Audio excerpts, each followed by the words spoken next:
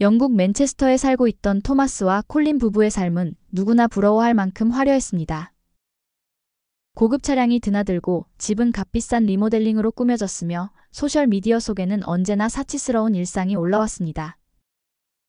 변변한 직업 하나 없던 그들이 누린 사치의 대부분은 불법적인 활동에서 흘러들어온 자금으로 유지된 것이었고 결국 경찰의 감시망에 오르게 됩니다. 그리고 남편 토마스가 감옥에 수감되면서 그들의 삶은 한순간에 무너져 내렸습니다.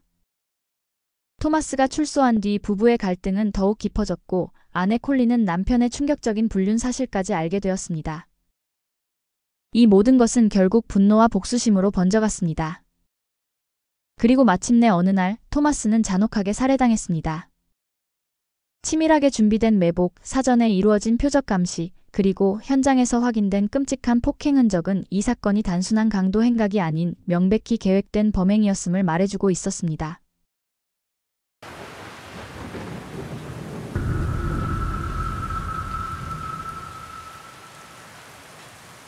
콜린 캠벨은 1993년 영국 맨체스터 클레이튼에서 태어났습니다. 어린 시절 그녀의 아버지는 5살 배기 콜린과 어머니를 남겨둔 채 집을 떠났습니다. 아버지의 부재는 어린 콜린에게 역설적으로 부유한 삶을 향한 강한 갈망을 남겼습니다. 가족을 버린 그는 곧 마약에 손을 대고 감옥을 들락날락했습니다. 그러나 아이러니하게도 그녀가 선택한 길은 결국 아버지와 크게 다르지 않게 됩니다. 토머스 캠벨은 아내 콜린과 같은 해에 태어났고 사춘기에 접어들며 일탈을 시작해 곧 문제아로 불리게 되었습니다.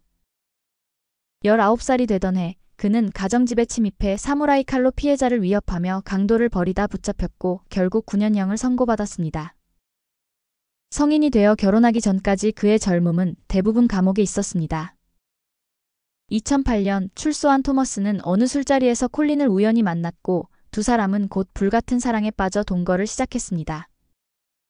2010년 아들이 태어났고 이듬해 결혼식을 올렸습니다.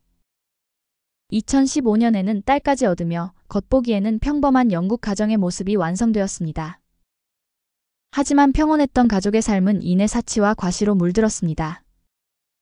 부부의 소셜미디어에는 휴양지에서 칵테일 잔을 들고 있는 장면과 열대바다에서 돌고래와 함께 수영하는 모습, 그리고 프리미엄 항공권과 5성급 리조트가 포함된 여러 나라의 여정이 이어졌습니다.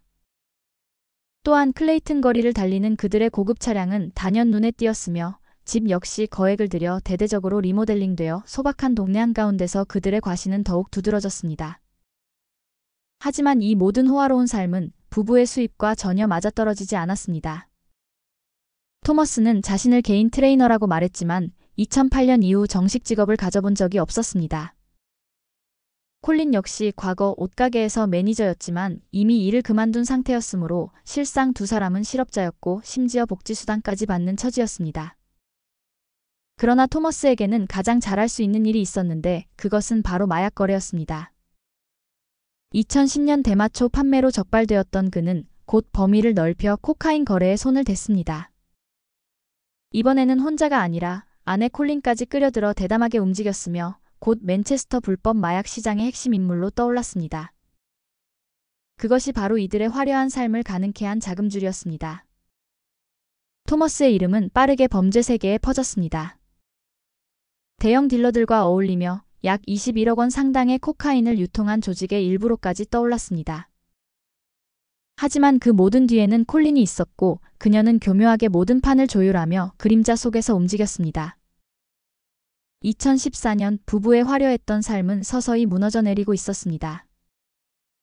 맨체스터는 마약으로 몸살을 앓고 있었고 경찰은 이를 근절하기 위해 대대적인 작전을 개시합니다. 돈의 흐름을 추적하고 조직의 핵심을 밝혀내며 거리에 마약을 뿌리 뽑는 것이 목표였습니다. 그리고 마침내 경찰의 눈에 포착된 인물은 다름 아닌 캠벨 부부였습니다. 분수에 넘치는 소비 패턴은 결국 경찰의 의심을 자극했습니다. 그리고 마침내 2015년 3월 19일 대대적인 작전이 실행에 옮겨졌고 경찰은 수색영장을 가지고 토머스와 콜린의 집과 은신처를 급습했습니다. 현장에서 경찰은 약 1억 원 상당의 현금을 포함한 자산을 압수했습니다. 토머스는 자금 세탁과 마약 공급 공모 혐의로, 그리고 콜린은 가정의 생활비를 마약 자금으로 세탁한 혐의로 체포되었습니다. 집 앞 차고에 세워져 있던 부부의 성공을 상징하던 차량 역시 압수되었고 그렇게 이들이 세운 제국은 무너지기 시작했습니다. 4년 후인 2019년 8월 맨체스터 크라운 코트에서 마침내 심판의 날이 찾아왔습니다. 압도적인 증거를 부인할 수 없었던 두 사람은 범죄 수익 은닉과 마약 자금 세탁 혐의를 인정했습니다. 당시 35세였던 토머스는 징역 2년을, 같은 나이의 콜린은 징역 16개월을 선고받았으나 집행유예 2년으로 실형을 면했습니다. 언론은 이들을 복지사기 부부라 조롱하며 복지금으로 호화롭게 살면서 마약 자금에 의존했다고 비난했습니다. 2020년 말 2년의 징역을 마치고 출소한 토머스는 자유를 되찾았지만 부부의 불화는 오히려 깊어져만 갔습니다. 토머스는 편집증에 사로잡혀 아내가 바람을 피운다고 의심했고 콜린은 그가 집착적이고 폭력적일 뿐 아니라 차량에까지 위치 추적기를 설치했다고 주장했습니다. 반대로 토머스는 아내가 자신을 괴롭히고 재산을 훼손했다고 맞섰습니다. 갈등은 점점 격화되어 콜린은 남편의 머리에 휴대폰을 던지기도 했고 그의 아파트 거실에 참치와 페인트를 뿌려놓는 극단적인 행동까지 벌였습니다. 비록 법적 고소로 이어지지는 않았지만 그들의 관계는 이미 되돌릴 수 없을 만큼 파탄난 상태였습니다. 2021년 콜린은 남편이 불륜을 저질렀다는 사실을 알게 되면서 상황은 더욱 악화되었습니다. 더욱이 그 상대가 다름 아닌 그녀의 가장 친한 친구였기에 느낀 배신감은 이루 말할 수 없이 컸습니다. 분노에 휩싸인 콜린은 결국 폭발했고 친구의 차량 앞유리를 박살낸 뒤 자신의 차로 들이받았습니다. 그녀는 기물파손 혐의로 기소되었고 2021년 말 결국 부부는 이혼을 신청했습니다. 토머스는 집을 떠나 혼자 럭셔리 아파트에서 지내고 있었고 콜린은 그가 마약 거래로 막대한 돈을 벌면서도 혼자 호화로운 생활을 즐기고 있다고 생각했습니다. 두 사람은 아이들을 공동으로 양육하며 딸의 학교 시상식에 함께 참석하기도 했고 콜린은 겉으로는 평소보다 다정하게 그를 대했지만 마음속에는 배신과 분노가 여전히 들끓고 있었습니다. 가장 친한 친구와의 불륜, 그리고 한때 누렸던 화려한 삶을 모두 빼앗겼다는 상실감 속에서 콜린의 눈에는 모든 원흉이 토머스로만 보였고 그는 차츰 그녀에게 죽이고 싶을 만큼의 증오의 대상이 되어갔습니다. 그녀는 마치 두려움 따위는 없는 난폭한 무법자처럼 행동했습니다. 남편이 살해되기 불과 나흘 전인 2022년 6월 28일 한낮의 맨체스터 거리에서 그녀는 증오하던 여성을 기다렸다가 동행들과 함께 차에서 내려 무차별적으로 공격했습니다. 콜린은 망치를 들고 피해 여성을 향해 잔혹하게 내리쳤고 그 충격적인 장면은 고스란히 CCTV에 기록되었습니다. 약 90초 동안 이어진 폭행 후 이들은 다시 차에 올라타 황급히 달아났습니다. 뿐만 아니라 콜린은 피해 여성의 핸드백까지 빼앗았고 그 물건은 경찰이 그녀의 집을 수색했을 때 그대로 발견되었습니다. 이 사건은 콜린의 위험한 본성을 여실히 보여주며 그녀가 점점 더 폭력과 범죄의 길로 빠져들고 있었음을 드러냅니다. 7월 2일 저녁 토머스는 아이들을 만나기 위해 콜린의 집을 찾았습니다. 밤 9시경 이웃들은 그가 어린 딸을 무릎에 앉힌 채 차에 앉아 있는 모습을 보았습니다. 아이들을 집에 데려다주고 떠난 그는 그 순간이 마지막이 될 것임을 알지 못한 채 자신의 집으로 향했습니다. 그의 집 앞에는 이미 3명의 남자가 그림자 속에 숨어 토머스를 기다리고 있었습니다. 자정 무렵 토머스가 차를 세우고 내리자 3명의 인물이 달려들었습니다. 놀랍게도 그중 한 명은 존 벨필드로 토머스가 불륜을 저질렀을 당시 상대 여성의 연인이었습니다. 그 순간 토머스는 자신이 피할 수 없는 위기에 처했음을 직감했을 것입니다. 이웃집 보안 카메라에는 세 남자가 토머스를 밀치며 집 안으로 강제로 끌고 들어가는 장면이 찍혔습니다. 그는 끝까지 저항했지만 수적으로나 힘으로나 상대가 되지 못했고 결국 집 안으로 끌려 들어가고 말았습니다. 그날 밤 토마스를 걱정하며 찾아온 사람은 없었습니다. 다음 날인 7월 3일 아침 한 이웃이 살짝 열려있는 토마스의 현관문에서 피를 발견하고 즉시 경찰에 신고했습니다. 오전 10시 30분경 현장에 도착한 경찰이 문을 열었을 때 집 안에는 핀내가 진동했습니다. 잠시 후 계단 아래에서 이미 싸늘하게 식어버린 토마스의 시신이 발견되었습니다. 부검 결과 그는 약 2시간 동안 비인간적이라 불릴 만큼 잔혹한 폭행을 당한 것으로 드러났습니다. 발목은 테이프로 꽁꽁 묶여 있었고 주먹과 발길질, 짓밟힘으로 갈비뼈가 여러 개 부러져 있었습니다. 몸에는 20곳이 넘는 자상이 있었고 목에는 교사를 시도한 흔적도 남아 있었습니다. 가장 충격적인 사실은 가해자 중 한 명이 전기 주전자로 물을 끓여 남성의 상징적인 부위에 부은 행위였습니다. 범인들이 토마스를 방마다 끌고 다니며 현금을 어디에 숨겼는지, 귀금속과 마약은 어디 있는지 캐물었던 것으로 보였습니다. 그리고 쓰레기 봉투에 훔친 물건과 증거를 담고 그의 벤에 설치된 GPS 추적기를 제거한 뒤 흔적을 감춘 채 달아났습니다. 이 끔찍한 사건 소식은 곧 맨체스터 전역으로 퍼졌습니다. 마약계 내부에서도 이번 사건은 경악할 만한 경고처럼 받아들여졌습니다. 사망 소식이 전해진 지 몇 시간 후 콜린은 토마스의 부모 집에 나타났습니다. 그녀는 눈물을 쏟으며 마치 세상이 무너진 듯 오열하며 여전히 그를 사랑한다고 말했지만 그녀의 모습은 어딘가 과장되고 부자연스러워 보였습니다. 토마스의 장례식에는 1000명에 가까운 사람들이 그를 추억했습니다. 형사들은 이것이 계획 살인이라고 보고 수사에 착수했습니다. 약 3000점에 달하는 증거와 수백 시간의 CCTV 영상, 수십 명의 목격자 진술이 수집되었습니다. 첫 번째 단서는 인근 도어벨 카메라였습니다.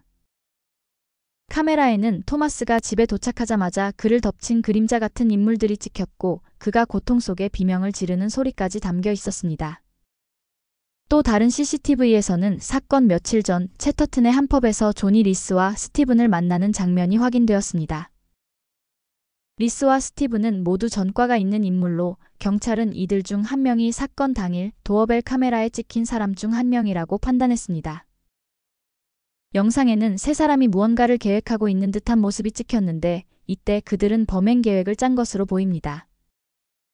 더불어 학교 주변 CCTV에서도 존, 리스 그리고 스티븐이 토마스의 딸 학교 근처를 배회하는 장면이 포착되었습니다. 경찰이 용의자들의 통화 기록을 대조하자 한 익숙한 이름이 등장했는데 바로 콜린 캠벨이었습니다. 사건 직전 존과 콜린은 수십 통의 전화와 메시지를 주고받고 있었던 것으로 밝혀졌습니다. 존은 토마스가 바람을 피웠던 여성의 전 남자친구였고 결국 두 사람 모두 토마스를 향해 분노와 원망을 품고 있었습니다. 조사가 깊어지면서 토마스가 살해되기 전 존이 그에게 보낸 협박성 문자도 발견되었습니다. 토마스는 끝내 답하지 않았지만 경찰에게 이는 질투와 분노로 인한 복수극임을 보여주는 결정적 증거가 되었습니다. 그렇게 경찰이 콜린을 배후 인물로 의심하며 수사를 이어가던 중 결정적인 장면이 벌어졌습니다. 토마스가 잔혹하게 살해된 지 불과 나흘 뒤 콜린은 시어머니에게 믿기 어려운 이야기를 털어놓습니다. 그녀의 말에 따르면 죽은 토마스의 영혼이 자신에게 찾아와 범행 당시의 진실을 직접 속삭였다는 것입니다. 토마스의 영혼은 콜린에게 2명의 남자가 나를 습격했고 이 모든 비극의 배경에는 여자 문제가 있었다라고 말했다는 것이었습니다. 놀라운 것은 여기서 끝이 아니었습니다. 콜린은 마치 현장을 본 것처럼 토마스의 얼굴에 난 상처의 정확한 위치까지 구체적으로 설명했습니다. 하지만 이 정보는 오직 경찰과 진짜 범인만 알고 있던 비밀이었습니다. 그렇기 때문에 그녀가 이를 알 수 있는 유일한 방법은 공범으로서 내부 정보를 알고 있었기 때문이라는 결론이 자연스럽게 도출되었습니다. 토마스의 어머니는 처음에는 콜린을 믿지 않았지만 더 많은 정보를 얻기 위해 믿는 척하며 대화를 이어갔습니다. 그리고 곧바로 경찰에 이 사실을 알렸습니다. 결국 토마스가 사망한 지 8일 만인 2022년 7월 10일 콜린 캠벨은 살인 공모 혐의로 공식 체포되었습니다. 이어 도어벨 카메라에 잡힌 공격자 중 한 명으로 지목된 리스와 사건 기획에 깊이 관여했지만 현장에는 없었던 스티븐도 체포되었습니다. 하지만 존은 사건 발생 48시간 만에 가짜 여권을 이용해 영국을 떠났습니다. 웨일스와 아일랜드를 거쳐 수리남으로 도주했습니다. 존 벨필드의 이름은 영국의 수배자 명단에 오르고 인터폴의 적색 수배령까지 내려졌습니다. 그러나 수사팀은 그가 어디에 있는지조차 감을 잡지 못했습니다. 수사관들은 콜린을 토마스의 죽음을 설계한 건축가라고 불렀습니다. 그녀가 존에게 토마스의 일상과 모든 정보를 넘겼기에 그 치밀한 매복이 가능했기 때문입니다. 2022년 말 5명의 용의자 중 3명인 콜린, 리스, 그리고 스티븐이 이미 수감된 상태로 재판을 기다리고 있었습니다. 반면 존은 수천 킬로미터 떨어진 수리남의 밀림 속에서 도피 중이던 사촌과 함께 몸을 숨기며 살아가고 있었습니다. 존은 여전히 암호화된 메시지를 통해 영국의 일당과 연락을 이어갔습니다. 그는 법률적 조언을 하거나 진술을 맞추도록 지시했고, 이 메시지들은 그가 사건의 핵심 인물임을 증명했을 뿐 아니라 피해자를 조롱하는 태도까지 담고 있었습니다. 그리고 2023년 초 치명적인 실수가 그의 종말을 불러옵니다. 존은 다시 마약 밀매에 손을 대다 현지 경찰에 체포됩니다. 그 순간 그는 영국에서 수배 중인 살인범임이 드러났고 수리남은 범죄인 인도 절차에 협조했습니다. 마침내 2024년 3월 9일 존 벨필드는 수갑이 채워진 채 맨체스터 땅으로 돌아왔습니다. 그 사이 영국에서는 공범들에 대한 첫 재판이 이미 진행 중이었습니다. 콜린의 변호인은 그녀가 단지 존에게 조종당했을 뿐이라고 주장했지만 검찰은 그녀를 복수와 질투, 탐욕에 사로잡힌 적극적 공모자로 묘사했습니다. 5주간 이어진 재판 끝에 배심원단은 콜린에게 과실치사와 강도 공모 혐의로 유죄를 판결했고 겨우 13년형을 선고했습니다. 많은 이들이 이 판결을 피해자에 대한 모욕이라 여겼습니다. 한편 리스는 37년 후에 가석방이 가능한 무기징역을, 살해 현장에는 없었던 스티븐 역시 과실치사와 공모 혐의로 12년 후에 가석방이 가능한 무기징역을 받았습니다. 그리고 2025년 여름 마침내 존 벨필드의 재판이 열렸습니다. 그는 살해 의도는 전혀 없었다고 주장했습니다. 하지만 검사는 이 사건이 단순한 우발적인 것이 아니라 철저히 계획된 살인이라고 강조했습니다. 치밀한 준비 과정, 피해자를 겨냥한 사전 감시, 그리고 2시간 동안 이어진 잔혹한 폭행은 우발성이 아닌 의도적인 범행을 보여준다는 것이었습니다. 2025년 7월 3일 배심원단은 존에게 살인과 강도 공모에 대한 유죄 판결을 내렸습니다. 그리고 다음 날 법원은 그에게 37년 후에 가석방 자격이 주어지는 무기징역을 선고했습니다. 그러나 이 끔찍한 사건은 여전히 끝나지 않았습니다. 토마스의 집 앞 CCTV에 선명히 찍혀있던 세 번째 인물에 대한 정체는 지금까지도 밝혀지지 않은 채 사건은 또 다른 수수께끼를 남기고 있습니다. 영상 제작에 힘을 보태주실 분들은 구독, 좋아요, 알림 설정 부탁드립니다.